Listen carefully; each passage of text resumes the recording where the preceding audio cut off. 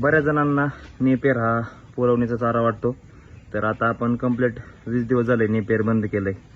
तर 20 दिवसापूर्वी आपलं दूध होतं 15 गायांमध्ये 110, 105, 100 लिटर. तर आज कंप्लीट 20 दिवस झाले नेपियर बंद करून आणि मुरघास प्लस मका ह्या 2 गोष्टीवर गोटा चालू आहे.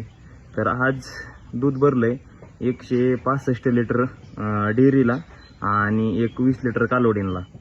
तर नेपियर बंद केल्यापासून एवढा फरक झाला आहे. त्याच्यामुळं चारा तुम्ही कोणता घालताय हे लय महत्त्वाचं आहे.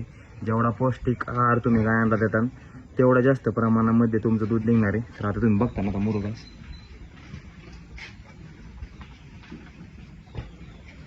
त्याच्यामुळं दूध व्यवसायामध्ये येताना चारा नियोजन किती महत्त्वाचं आहे ह्या गोष्टीकडे लक्ष द्या.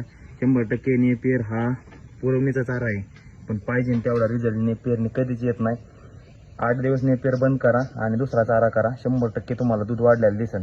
त्याच्यामुळे आता तुमच्यावर आहे नेपियर वापरायचं आहे की पौष्टिक आहारामध्ये जो चारा देता येईल तो वापरायचा. धन्यवाद.